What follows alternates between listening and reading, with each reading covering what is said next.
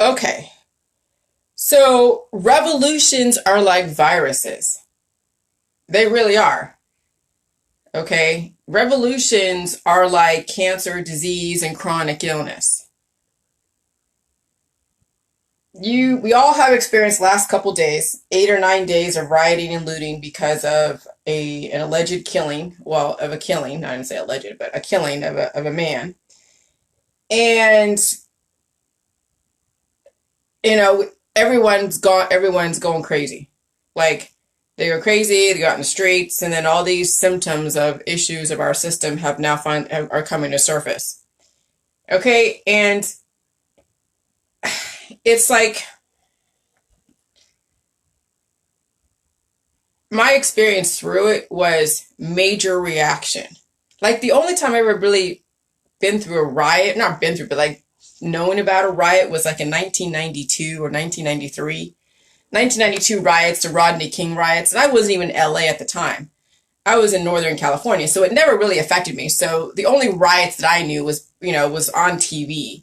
So I never really felt any kind of danger or felt really personally connected to it because it was in Southern California and I was in Northern California, and that was back in the 90s. So it's like every generation has gone through some kind of craziness because it's a symptom of course, an underlying cause, but it's like a new virus in the environment. People are going to have reactions based upon their predispositions, and to, some are going to be able to deal with it and move on and heal from it, and other people are going to make it a lifelong issue forever.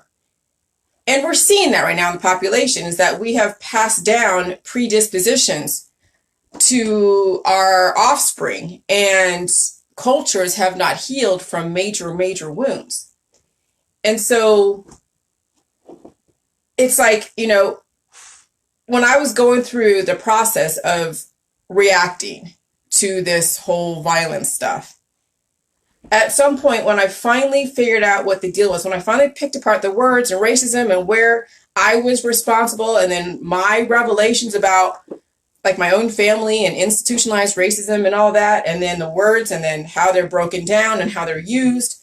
I mean, you can read my Facebook. You can see exactly how I process this whole current event. So if you just go down my timeline, you can see how I process this.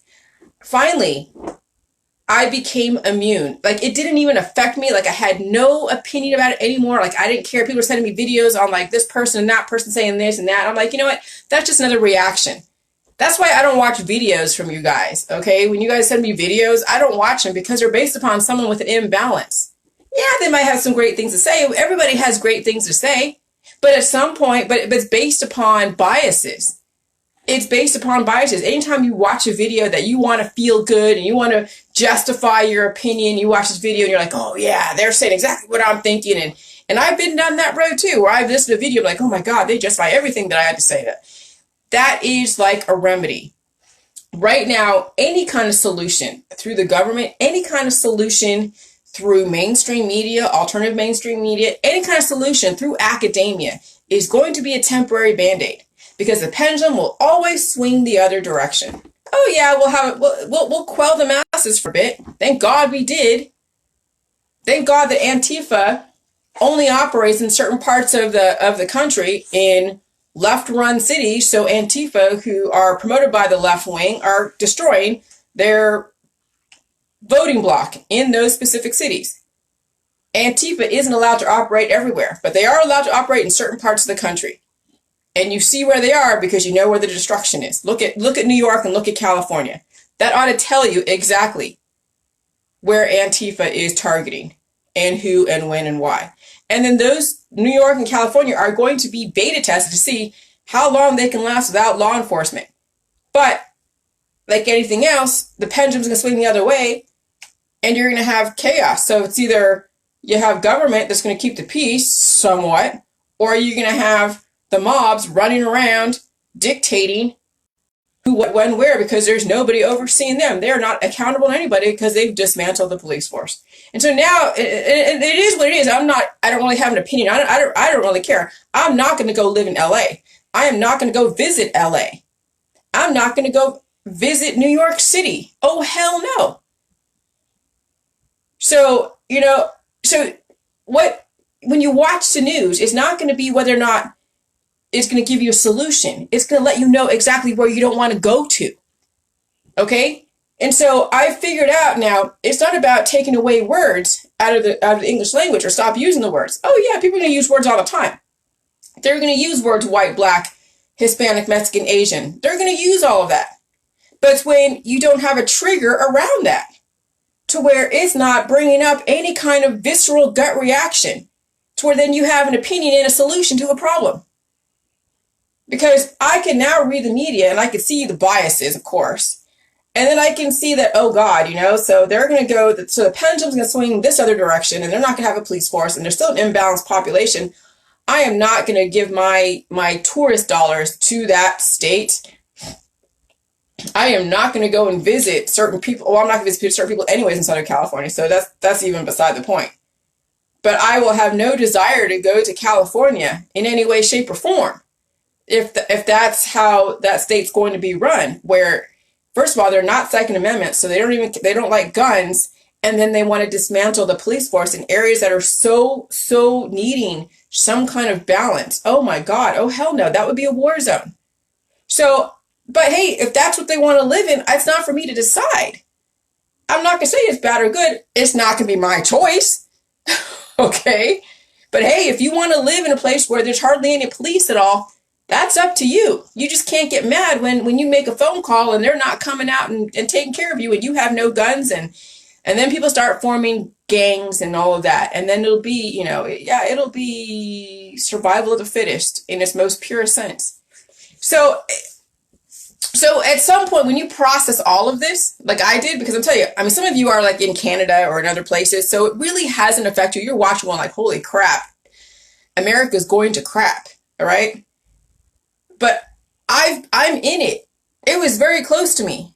I didn't know to what extent some of these protesters, to what level of extremism these protesters were going to take it to. But then I realized, and then the media gave me some information. Oh, Antifa. Then I look up Antifa and I see what they're about. Oh my God. Okay. And they operate in these specific cities and this is who they target. And it's the affluent as well as very left run cities. And so I'm like, okay. And then I noticed that, we have a pretty, even though, Ohio, we have our issues, yes. And definitely Cleveland went through some stuff and Columbus, but it's not all cities that are run by Antifa, only some of them. And when you're in smaller towns, it's easier to know who the outsiders are and it's easy to pick them apart. It's when you're in a very large population where you can't tell the difference between the two. And then until you arrest them and find out who their ID is and they're coming in from out of state, then you're like, okay, you are a paid mercenary for somebody else's objective. But yeah, when you live in a smaller town, you have more control over what's going on.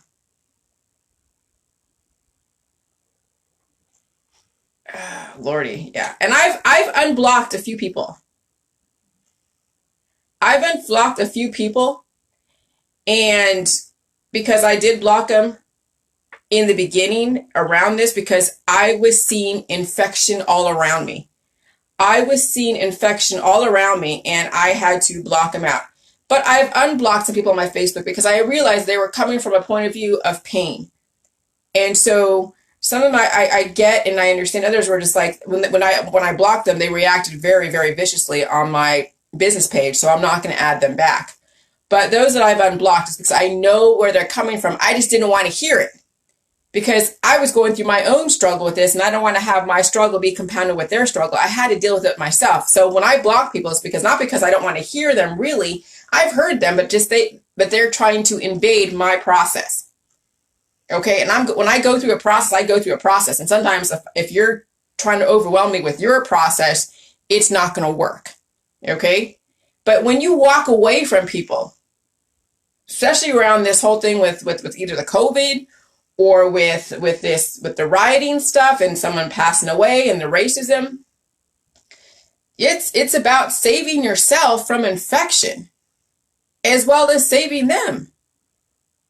Because some of this whole thing has brought up some of my own issues with some of the people in my world, and how I've seen that and how I'm able to now see them in a different light. And sometimes these revolutions, these things bring things to surface that you are forced to face. Some of you will ignore it and you'll drink alcohol or do your drugs or whatever, and or just unfollow so you don't have to see it, or you'll ignore it.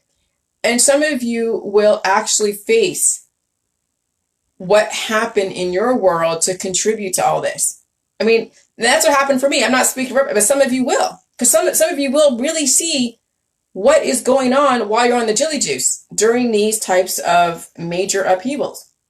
Because it is a type of symptom of healing that must come up. So all pain is healing.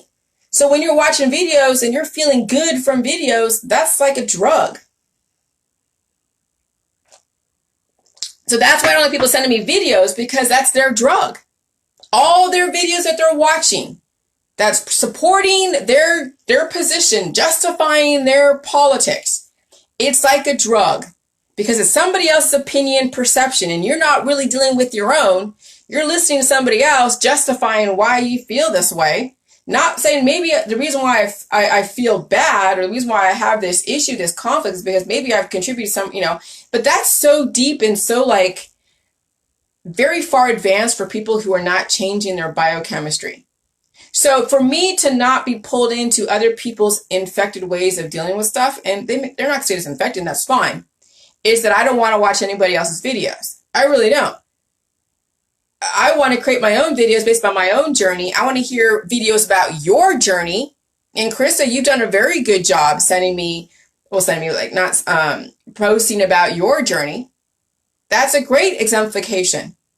When you've chronicalized your journey and you show people exactly what you're going through and the decisions that you're faced when you're going through the healing process, the lifestyle that you're trying to deal with, going through this process. You don't have to say everything because you're not trying to put your business out there, but you put enough of it for people to understand the healing process. But you're not giving me a video on somebody else's perspective. That's their perspective. But it's still projecting out about how somebody else's thoughts about somebody else, So the whole point of the jelly juice, okay, is to look at where you have responsibility in this whole mess.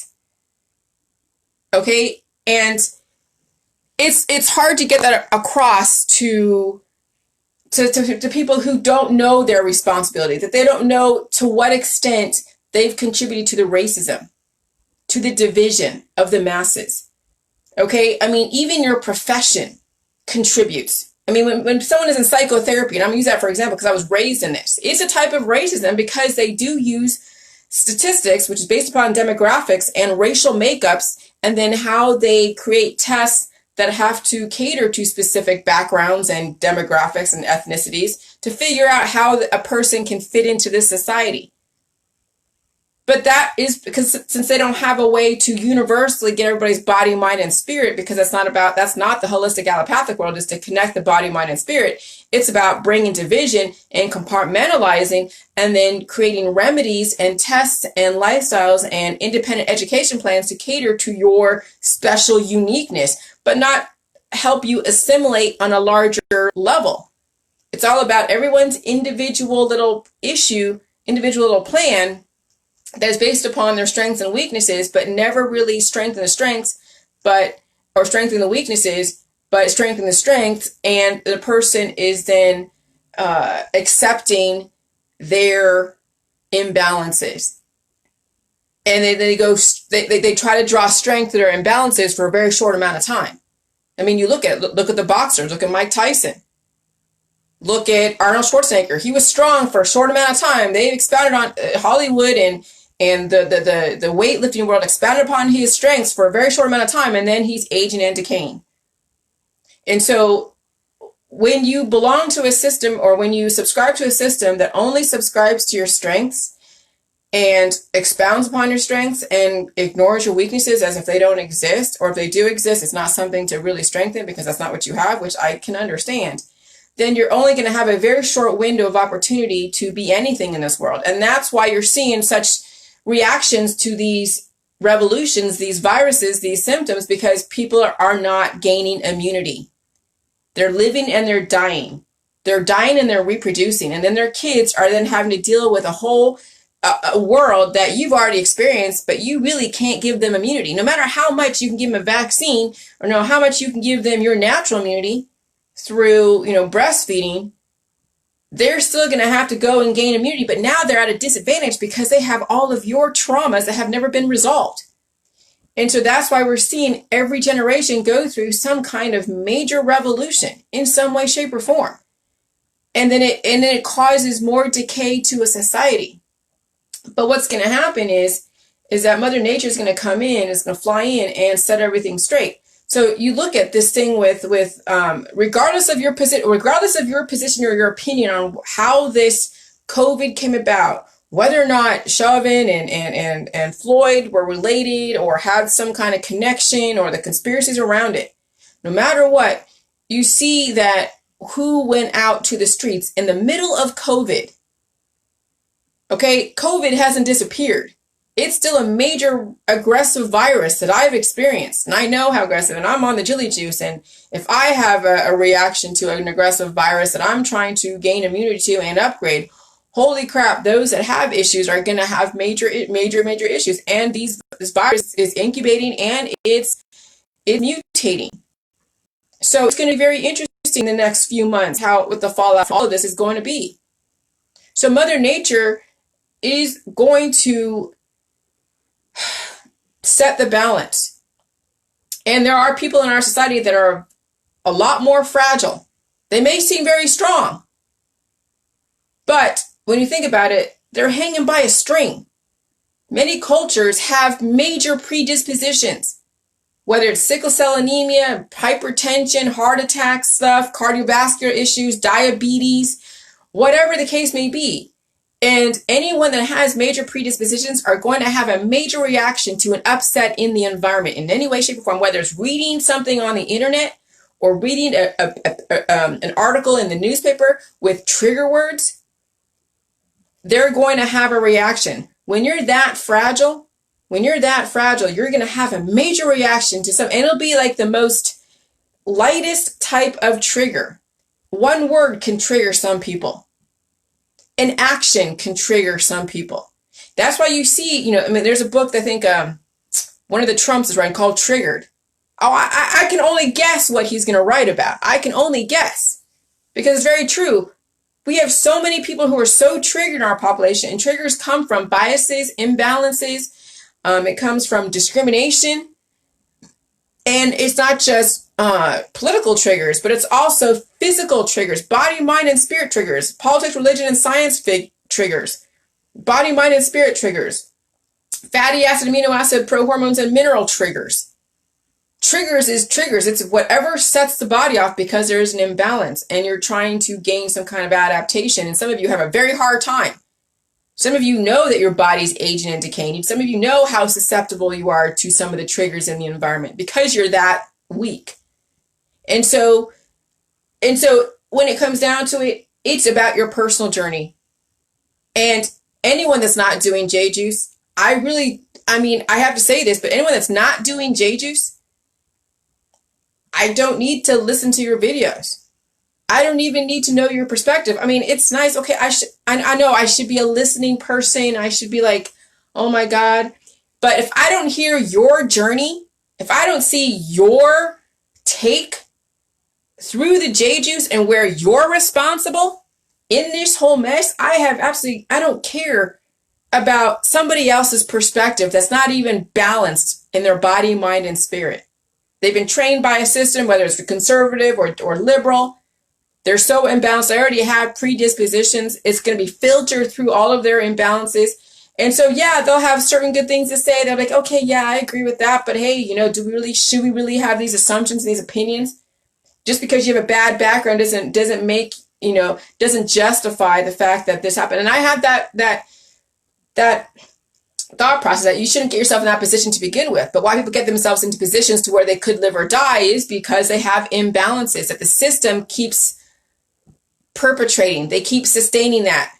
Because it's easier to keep people imbalanced and not knowing what's going on with their body than it is to help them understand and go through the pain. But no, the system isn't about allowing people to go through the pain. The system is about drinking and drugs and taking out part of your organs and finding remedies and cures and cutting out and cutting off and chemotherapy and cannabis and prescription drugs and all of that. So nobody knows what the hell is going on with their body. And then when they react or do something because they have an issue, then they get caught up in the snowball effect of imbalance. And so that's what people don't even want to talk about because they can't even face their own imbalances. So it's all about somebody else. So that's why I have this gut reaction, these triggers, when people send me videos. Oh, you should listen to this person. You should listen to that person. No, I shouldn't. And neither should you. What about your own journey through the J juice and balancing out your own body, mind, and spirit? What about that? What about you and your responsibility? Oh, you don't have any responsibility? Oh no, it's all about, I mean, I'm watching people that are right on their Facebook. Oh yeah, when I was a mother, when I had kids and we had everybody in the neighborhood, all different colors, and I invite them all to my house. They're all at my house, and I'm such a good person that I accept all the colors of the rainbow, and you can just feel the guilt. You can feel oh, I'm such a good person, blinking. You're like, dude, do you really have to prove that you're such a good person because you brought everybody in the neighborhood into your house and you treat them all equally? Okay, good. That's not something to pat yourself on the back. That should be just a duh. But all of us have contributed something to this system that has caused this failure to where we all have to go and have a remedy. Okay? When there's a virus in the system, we all are going to have to rise up and adapt to this virus, whatever it is. Okay? And we have to strengthen our bodies, just like the COVID. The COVID and this racism are both like viruses. I mean, racism isn't new. As far as people's perception, what is racism? It's just, people discriminate against imbalances in the body, mind, and spirit. Racism is not just your ethnic background, but it's physical characteristics that people have an issue with. And so you could have somebody in your own family be racist against you because you don't share the same characteristics, and they can't really accept you because you have, a bigger belly than they do. And so they treat you different. Some people have, red hair in their family, and they're the only ones that have red hair in their family. And so the family members treat them like shit. Some people go into a family and they are of a different culture, and people don't understand them and don't understand their background, and they don't want to. And so they've already shunned them to begin with. That's racism. When your own parent doesn't even see you as equal, that is racism. When you have to separate, when you have to put yourself above somebody else or below somebody else, that is racism, and that is institutionalized. So, so all of us have experience in some way, shape, or form, and where have you been responsible? When you get a degree, you think you're better than somebody else. That's racism, because you put yourself at a higher position than somebody else. Okay? And so anytime where you feel better than someone, oh, I have a job, but you don't, so I'm better than you, that's racism. Because you're taking somebody's position. Oh, it's not like their hair color, skin color. But no, you looked at their background, their behaviors, you looked at their lifestyle, and you've made a snap judgment on who they are, what they are, and you're not going to give them any kind of really respect because of what you perceive as something below you. Or you're like, oh my God, this person is so rich, they're so amazing, or so, not amazing, but so rich, and like Trump. Oh, he's so rich, he's part of the establishment, he's this and he's that and whatever, and he's right wing, and you've already made a snap judgment that he's just this and he's just that, and you're going to give him no respect, you're going to call his family names, you're going to that's racism right there too. Anytime you treat somebody differently because of your perception of them. Now, if they haven't done anything to you, then why would you hate somebody? If they haven't done anything to you. So the only time that you really should have an opinion about anyone or anything is if they've done something to you physically, or you had an interaction where they told you exactly why they don't like you. Not that they've done this, like they've done an action and you've made an assumption. No, they have said, I have had my mother tell me, I will not be your friend. I am your mother. I am not your friend. That is plain as day. There is no assumption that there was inequality. That was plain as day. That is where you have a right to have a reaction, have an opinion. And then you have a choice to either stay in that relationship or you walk away. Okay? So, until people can actually talk about their own experience on a daily basis, not on a daily, but even, understand where they've contributed to the racism, not post articles about somebody's, perception of racism, not give me videos about somebody else's perception, but where is your responsibility? What have you contributed to the system of racism, of making snap judgments on people based upon their background?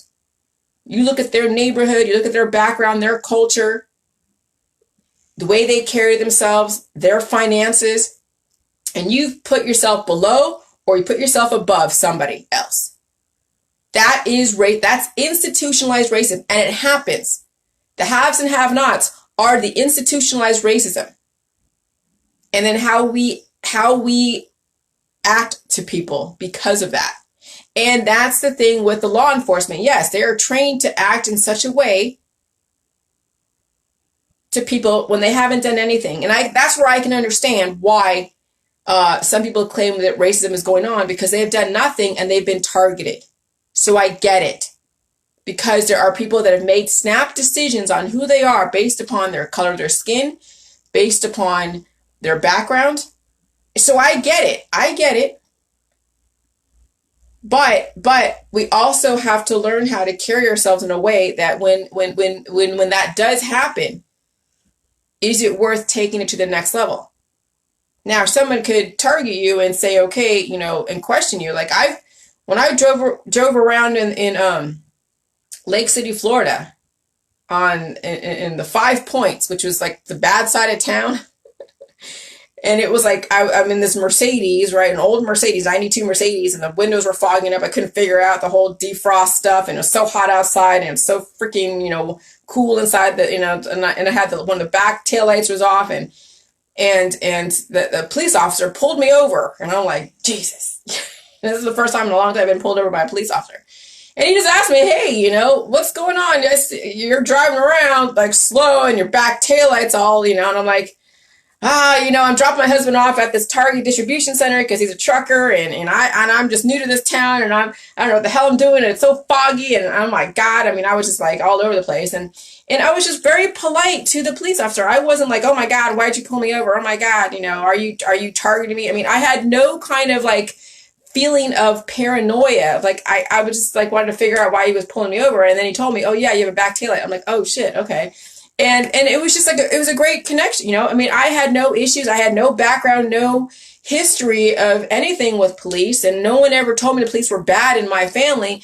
No one ever created that division in my family about, how bad this and that is. So I just reacted to the police officer as if he was just somebody that was doing his job and wanted to figure out what the hell you're doing. And, after, because it's like at 9 o'clock at night, after dark, and at the 5 Points, so I was in a bad area anyways, and what the hell are you doing?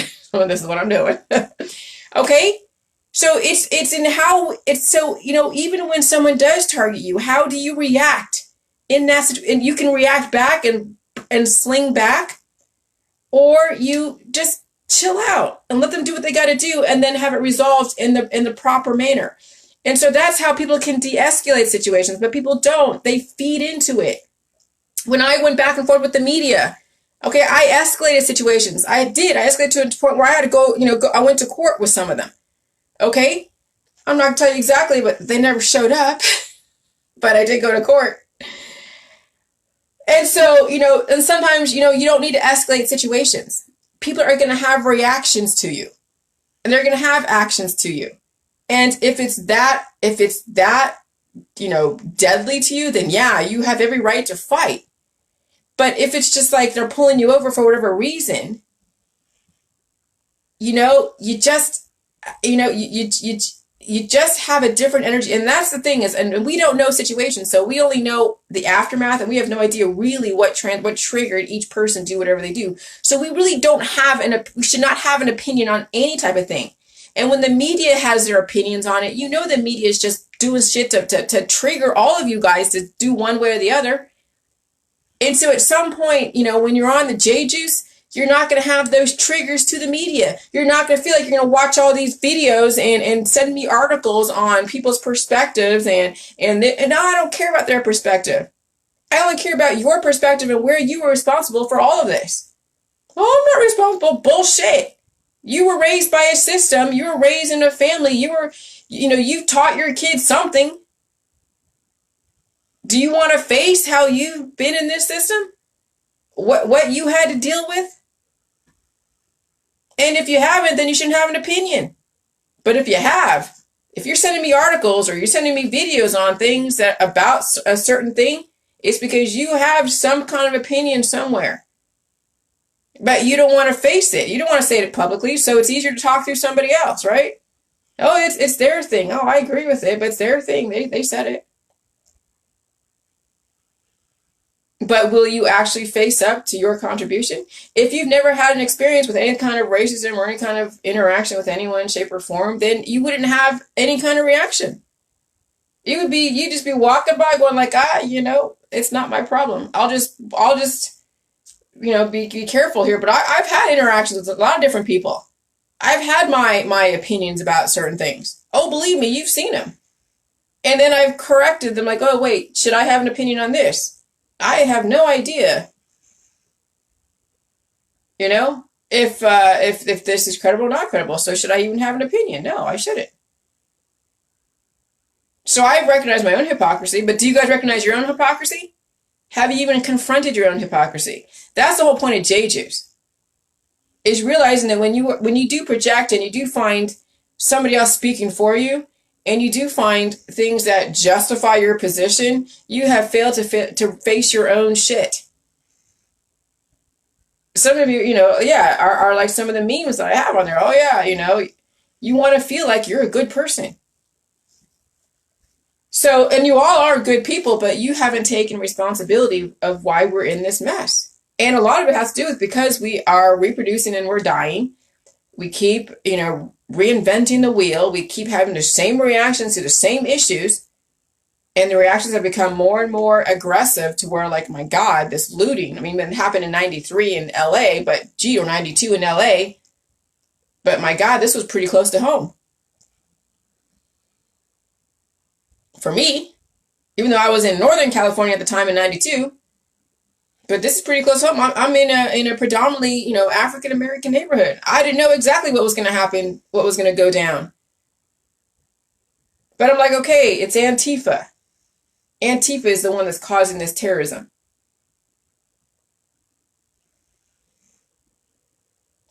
And so, yeah,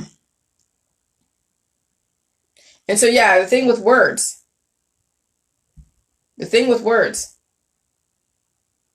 When words cease to have real meaning to where it drives your reality, whether it's love and hate, whether it's black and white or Asian, whether it's police officer, if any words, when you don't have any kind of reaction where you have to use them in such a way to get your point across, to change someone's mind, to get them to do something, that's when, that we probably become more evolved than not. But it's such a weird thing because words do create realities and how we use them and why we use them and knowing your intent behind your words. See, that's the thing. And so that's something that, that once you get to a certain level on J-Juice, you'll be able to really see how it's all put together, how autopilot you all are on some level. And sometimes I catch myself on autopilot because it's ingrained. And then when I see that autopilot after the fact, and I don't have an example. Well, yeah, I do. It's the riot stuff. Just like the COVID. When you're on autopilot and then you react, well, yeah, you have to react because you have to adapt, but your reasoning and your solutions behind the reactions is autopilot. Oh, they have to stop saying this word. Oh, they have to stop saying that word. They have to do this, they have to do that, or whatever. Okay. It's not going to happen. It's not the reality. It's nice to think about that people don't refer themselves by their skin color. It's nice, but it's not the reality. If that's how they want to refer to themselves, then it's not up to me to say that you shouldn't. But that was my autopilot. But then it's more that it's pointing out what drives people's realities, and that if you realize that you're using words like love and hate and black and white as a reference to something, as a way to justify something, whatever it is, then maybe look at that and see how that contributes to some of the issues that you have. But it's not for us to say that they shouldn't or they should. It's recognizing and pointing out things that cause people to be on autopilot. And then, hey, do whatever you got to do. Okay? Do whatever you got to do. I mean, I'm still going to watch the media. I'm not going to not watch TV, but I'm going to see through. I'm going to use it as an information tool. Okay? Oh, okay. So they're not going to have a police force over here in LA. Well, okay. I'm not visiting LA anytime soon. Or New York City. Or New York for that matter. So, okay. All right. And Phoenix too.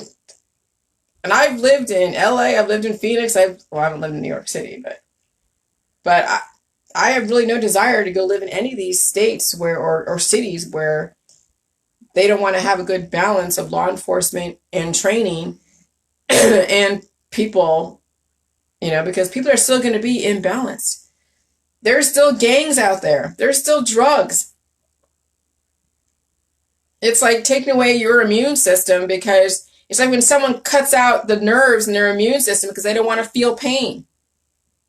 See, that's what it's like when you're disabling and dismantling your police force. You're like taking away your immune system.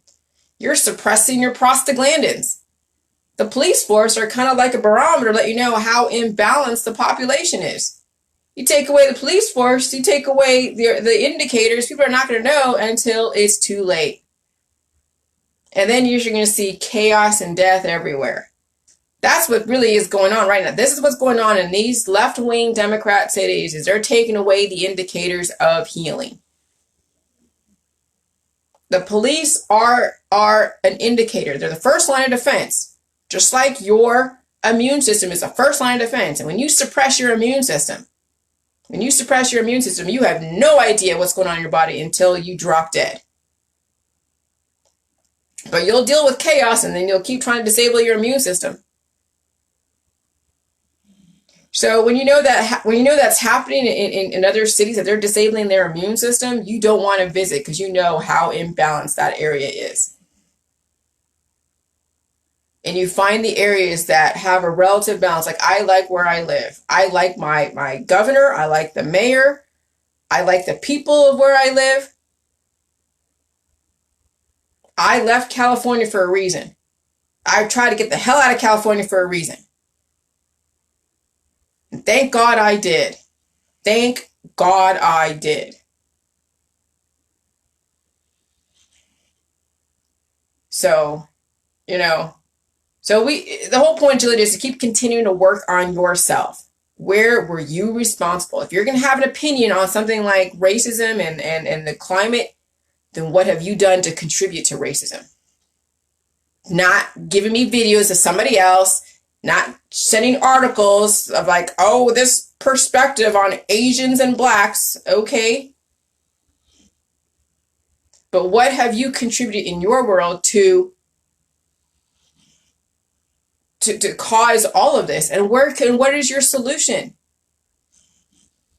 If it means that you have to get rid of someone in your life that's really undermining you, you do that. If you have to walk away from people in your life, then you do that. If you have to bring people back into your life, you can do that.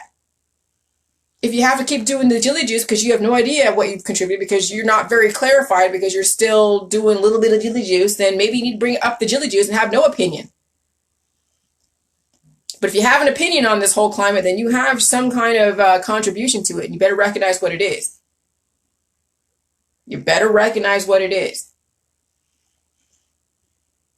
The people that don't have an opinion on this whole racism, that like have no opinion, have offered no opinion, either they're very, very, very, very crafty and very, very sneaky, or they're on the J-juice at my level and they've surpassed me because they are so immune to all of this, or they just don't feel very connected to this all.